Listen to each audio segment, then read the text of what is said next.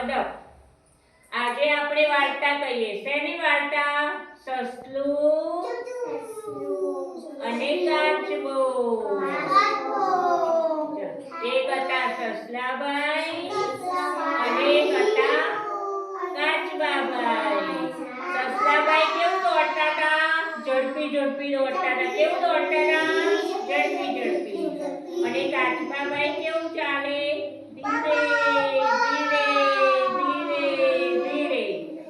હવે સસલાભાઈ શું કે કાચબાભાઈને? હું તો કેવું ઝડપી ઝડપી ચાલું છું. અદબ.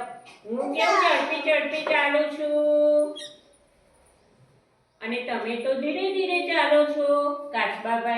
સસલાભાઈને તો અભિમાન આવી ગયું. એટલે એક દિવસ કાચબાભાઈ કે ચલો આપણે શરત લગાવીએ. આ ઝાડથી સામેના ઝાડ જે પહેલું દોડીને પહોંચે એ જીતી ગયું અને જે મોડું પહોંચે એને જંગલ છોડીને જતું રહેવાનું. તો પછી એમને તો શરત લગાવી. પછી કોણ આવ્યું? પોપટભાઈ આવ્યા. પોપટભાઈએ કહ્યું, બંને લાઈનમાં ઉભા રહ્યા. પોપટભાઈએ કહ્યું, અદબ 1 2 3 અને કાચબાભાઈ અને સસલાભાઈ દોડવા લાગ્યા. સસલાભાઈ તો દોડ્યા દોડ્યા દોડ્યા ઝડપી અને કાચબાભાઈ તો ધીરે ધીરે ધીરે ધીરે. પછી સસલાભાઈએ તો આમ જોયું પાછળ. કાચબાભાઈ તો ધીરે ધીરે આવે છે. કાચબાભાઈ તો ધીરે ધીરે આવે છે. ચલો હું થોડી વાર સૂઈ જાઉં.